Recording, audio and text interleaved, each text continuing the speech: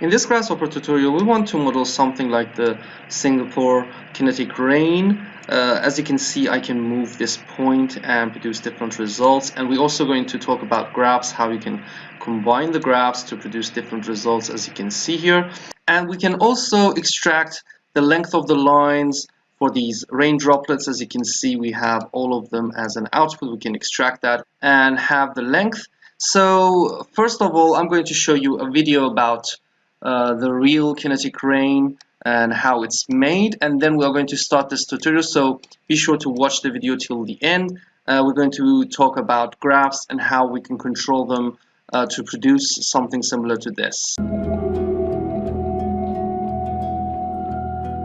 It's like really making a movie, except it's not a movie.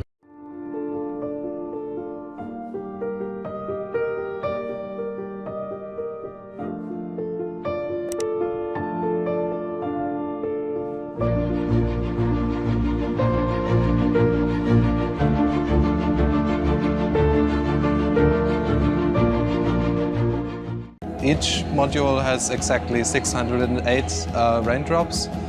Each one of those droplets has a motor which has a high precision rotary encoder, which basically keeps track on which position the motor is right now.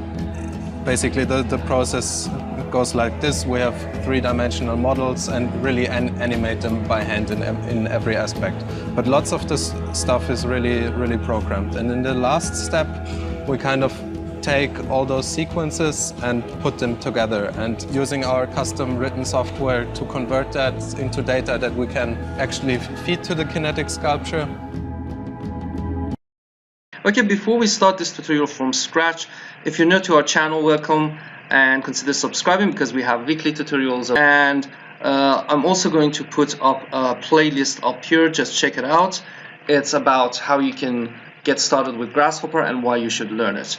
Also, if you want to learn Grasshopper, more advanced lessons, or you want to know more about Grasshopper, we also have a course. So I'm going to put that playlist up here. You can see how many lessons we have added to this course and enroll in our Power Course website. So let's get started from scratch. And what we want to do is to model these rains in Grasshopper. So what we want to do is to go to the vector, and I'm going to use a square grid, okay, because it's as simple as the grid of the main Kinetic Rain project. So I'm going to put that here. Let's just put the bifocals plugin so you can see what I'm doing. And I'm going to put that plane as the XY plane. That's fine. That's the plane we want to put that. You can also change the plane, so maybe we want to put that a little bit higher, so I'm going to put that XY plane, and we can give that XY plane. Right click on the origin, extract, and move this point up, because I want to put that as the base of the kinetic rain.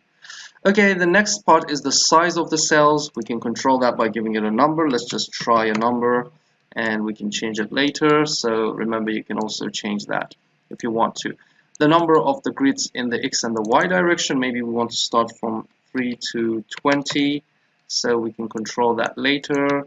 Control C, Control V, and I'm going to increase that in the X and in the Y direction. So remember, you can also change that later. So when you use the vector grid section, I've talked about this before, we usually have group data. So if I just zoom in, you can see that we have 18 groups of 12. That is because of the extend X and Y. So we usually don't need that. If you want to use it, you can use it, but I'm going to flatten all of these 216 cells and points into one group. So remember, usually we flatten the outputs of the grid section. If you don't know what graphed or flatten means, you can also watch a tutorial. I will put it up here. We have talked about groups. And if you want to also know more, you can enroll in our course. We have a complete section about data management there, okay? So if we're just given a point input from the params menu to the points and turn off the cells, you can see that we have these points. You can also use the transform rectangular array if you want to just put a point and make an array. So that's not really important. We have to make an array of points in the X and the Y direction. Okay. First of all, I want to make a point attractor. So when we define a point attractor, these points are going to move down, okay, based on the distance they have from their point attractors. So first, let's make a surface from this. There's a trick we can use. We can go to the surface, use this bounding box tool. I'm going to connect that to the points. Right click and use this union box, okay? So I'm going to right click and use this union box, and you can see we have a complete surface on those points. That's going to help us to move our point attractor exactly on the bounding box of these points, okay? The next one is to move a parametric point onto the surface. If you want to learn more about this, because I'm going to use the evaluate surface tool, okay? Let me just put it up here. If you want to know more about evaluate surface, we have a tutorial about that. I will put it up here so you can learn. But for this tutorial, I'm going to just make it quick and fast as possible. So if we give that surface, the box to the surface, and right click on the surface, reparameterize, we will make it from 0 to 1, right, and 0 to 1. For those who have watched our tutorials, they know that reparameterize will fix that. If you don't know, you can also watch the flatten and graph tutorial. The next part is to give the point, which is a UV point. It's a relative point, it's not an XYZ point. We can give it an MD slider. So I'm going to use a multi-dimension slider, which is basically a number between 0, 1, 0, 1. And you can see that I can move, let's just highlight that. You can see that I can move that point onto that surface, okay? Assume that we want 2 attractor points. Use the shift key to add another attractor point and put them here, okay?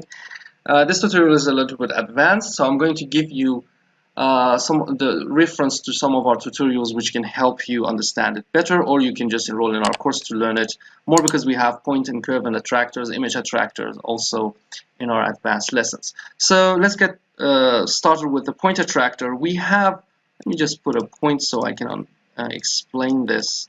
These are the points, and this is our point attractors, okay? When we have a grid of points and point attractors, what we want to usually do to get involved in the attractor section is to use the CP thing. So if it's a point attractor, we're going to use the closest point. Remember, closest points is not used here because it's not related, but the closest point will be used for point attractors. The closest point for curve will be used for curve attractors. The surface closest point can be for surface attractors, and so on, okay? But the tool we're going to use is the closest point for here, because we want to use the point attractor, so closest point. And again, if you want to watch our free tutorials, I'm going to put up a related tutorial up here, which we have used the point attractors to make a parametric wall. It's really great, and you can make a wavy wall with that and also learn it. So for this one, I'm going to just explain the basics. First, we're going to give the grids, the grid of points to the point, and the attractors, the point attractors to the cloud, okay? Remember, so if we want to use the point attractor, we're going to give that to the cloud, the point attractors, and the grid to the point. The reason we're doing this, it's going to search between the point attractors and assign each point to the nearest attractor, okay? So this point is going to go for this one, and this one is going to go for this attractor. Let me show you with a line. So if I go to the curve and use this line thing, I can make a line from these points to the closest point, and you can see how it's activating the closest attractor to the grids, to the point of grids, okay? So we're going to use that distance to make the results. First, I'm going to make it easy. If we want to move these points down, because we want to make it for a roof, we're going to say move the points. The motion will be the Z direction. And because I want to make it in the minus Z direction, I'm going to go to the factor and expression type minus X. That's fine. Now, if I give the distance, you can see it's moving these points down. But the problem is that we can't control these points, how much we want to move them. But you can see it's really working, okay? So the next part is how we can control the distance. So again, if you want to just master this one, you can watch the free tutorials about point attractor on the walls. And if you want to just have many examples about attractors, curve, image attractor, and different things, you can also go in our course, okay? But for now, again, I'm just simplifying things. I'm going to use the Remap. You can download the Remap. The Remap Plus is what we have made from the Remap numbers, because all the time you have to remap the value from a source to a target. So we have made that into a definition, a simple definition here. You can always download the Remap Plus from this shortened link. I'm going to put it here, Remap Plus, okay, bit.ly Remap Plus. Or if you want to know what it's inside the Remap Plus, you can just go to bit.ly Remap example. Okay, so these two links will help you. I will also put it in the example file. So perhaps if you want to have the remap, you have to go to our website and register so you can download it. Okay, but if you want to just have it fast, you can go to these links. So what does it do is that it's going to remap, scale those distances which we don't have a control on it. It's from 39, 23 into between the minimum and the maximum we want. So we can say we want to move them from 0 to maybe just 8.5. The maximum is 8.5, and then give it to the move. Okay, so this will help us to control the maximum movement of these points down, right? This is one of the benefits of using the Remap Plus. Another one is that we can switch between the minimum and the maximum. And as you can see, these point attractors, let me just turn off the base points here. Okay, turn these off so you can see the exact results. So you can see that these point attractors are moving the maximum 10, and then as we go further, we have 0. Okay, so let's just rotate this, and you can see that these are the point attractors affecting that result. So this is the way we can use the remap, but I'm going to go a little bit advanced here. We can control that amazingly in Grasshopper with graphs. First of all, what you have to do is to remap or scale the distance between 0 and 1. The default of minimum and the maximum is 0 and 1. The reason we are doing this is that because we want to use the Graphmapper. Okay? Again, we have a great tutorial about Graphmapper, different examples for architecture and design. But if you want to, I will put up a related tutorial up here about Graphmapper, okay? Also check that out. But for now, when we give that remap 0, 1 to Graphmapper, it's, let's just right click and use a graph type like a sine wave, okay? This will change the distribution of the data from 0 to 1 into something like this, 0, 1, 0, okay? So it's changing the distribution to a sine graph. And now, again, we're going to scale that output to the minimum and maximum we want. Maybe we want to move the minimum to 1.2, the minimum of the lines we want, and then to maybe 1.2 to 12.5. I don't know. That's the maximum maybe movement we want from these rods. So I'm going to put that here. And now let's increase the number of these. I want to give you a better understanding. Maybe we just give this 50 and 50. You can see how easy it is to increase the number of points and see the results. That's going to give you better and smoother results. Increase the maximum maybe to 30. That's going to give you better perspective of the results. And you can see we can switch between the minimum and the maximum to give it like that. Okay, so when we move the point attractors, it's going to move these points, and we can also change the graph. Remember about the graph, you can also combine different graphs. So if I want to, I can just copy paste this graph, give it to the output, again to the remap. That means we have two graphs here. And let's use a Bezier distribution. You can see that we can make these movements. our points. So remember, you can always change the distribution and put it onto none, so if it's just a simple sine wave. Okay, that was the first part. The second part is to connect that to a line. So I'm going to go to the curve section and use a line here. So let's just connect from the points at the top, which was here. That's the starting point of the line, and the end is like this. Okay, we can just turn everything off, only see the lines, maybe turn on the bounding box so we can see the results, or the roof here.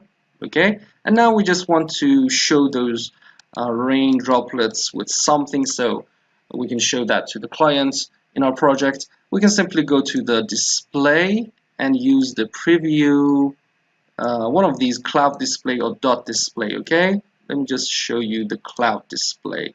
This is the points we want to see. The colors, I'm going to set another color here. You can see that we can even make it a black one. Okay, so you can just simply change the color. The size is 1, maybe give it 2.2, increase that. And this is going to show it fast because it's just a display. You can right click and put it into blurry blobs and it will go like that. Okay, so remember, you can just switch between these two things, and also a dot display is fine. Point, just turn this off. It's a little bit slow because it has to make it like spheres like that, and it's lazy and those things. Okay.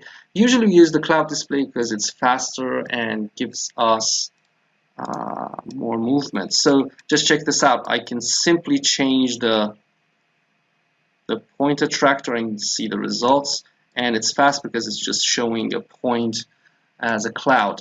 And then we can change the Graphmapper. Maybe we just want one point attractor to make a wave, so put that at the center of our project and give it 2 waves, and maybe decrease the maximum so it's a better project like this. And again, we can make it with another graph, control that. That's how you can do it. Give it more wave. Okay, we need more points to just show this better, and then we can extract the lines by simply going to the params and connecting a number to the lines and going to with a panel. You can see that we have all of these length here. We can just right click and use this copy data only, just have that. If you want to see the numbers, that's really easy. You can go to the display and use this one, point list. Let's just connect that to the transformed points. You can see the numbers here. Let me just bake that, and you can see the numbers. That's how you can have the numbers and also the length. So this is especially good for outputs. We don't need to cut these lines because it's not a static length. It's going to be dynamic. By rotary motors, they're going to change the length. So perhaps we're going to give that to a source out of Grasshopper. Maybe it's an Arduino kit. Maybe it's just something we have to give the output. So you can see, as I just move these attractor points, these numbers are going to change, right? So it's updating all of these numbers. You can easily extract anything in Grasshopper, and that's the amazing part of Grasshopper. We can have anything at any moment. Okay, thanks for watching, and remember to like and comment on this video, and see you next time.